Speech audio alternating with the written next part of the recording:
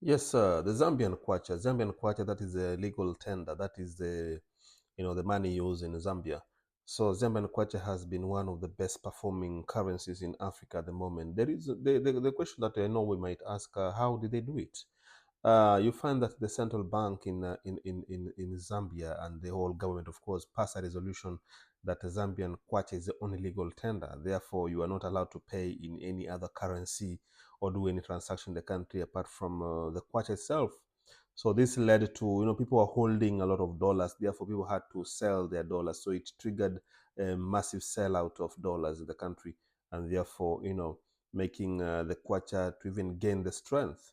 The only exception that were given were some of the mining company, like when they are selling maybe copper, or some of these Chinese companies, if they wanted to bring some of the heavy equipment or some specific transactions, and this had to be proved by the government. So that is the only exception.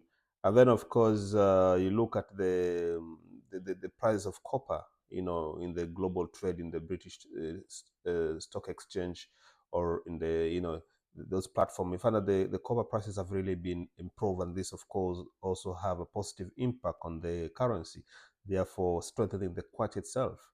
And then apart from that, there's always been a de-dollarization call. De-dollarization is by many countries now want to use other currencies in terms of, for instance, Zambia actually allowed some of their loans to be paid in some specific currency. Let's say, for instance, a loan to China, they were allowed to pay in yuan.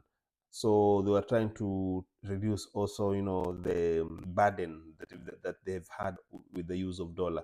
So this has also helped. Of course, de-dollarization is something that has had a negative impact on the dollar, because many economies, especially those who are importing, like for instance, India will pay Russia through rupees, of course, instead of dollars when buying oil. Likewise to China, China will use yuan to buy, some specific, oil from maybe Russia, or rupees, or sorry, the Russian currency.